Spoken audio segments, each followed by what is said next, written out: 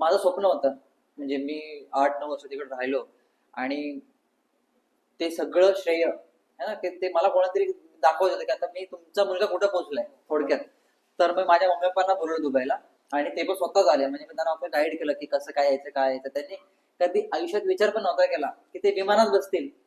ते आज विमानात बसून दुबईला आलेत.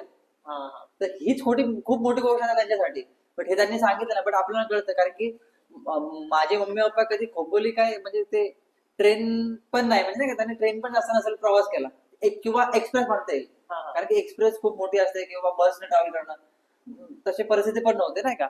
आणि ते दुबईला आल्यानंतर मी त्यांना सगळीकडे घेऊन गेलो काय काय ठिकाणी त्यांना दाखवण्यासाठी नाही का. तर काही काही क्लब्सचे माझे ऑनर्स होते जे मित्र मी त्यांना ज्यावेळेस ओळख करून दिली की हे माझे मम्मी पप्पा आहेत आणि हे माझे क्लबचे ऑनर. तर क्लबचा ऑनर माझ्या मम्मी पप्पाच्या पाया पडला. तर ही माझ्यासाठी एवढी मोठी गोष्ट होती.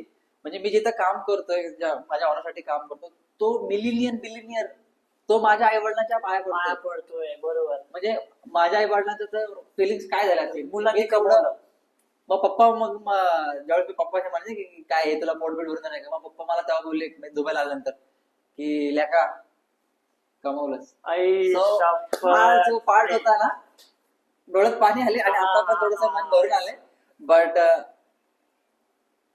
अरे म्हणजे ते मला शब्द नाही त्या बोलायला असं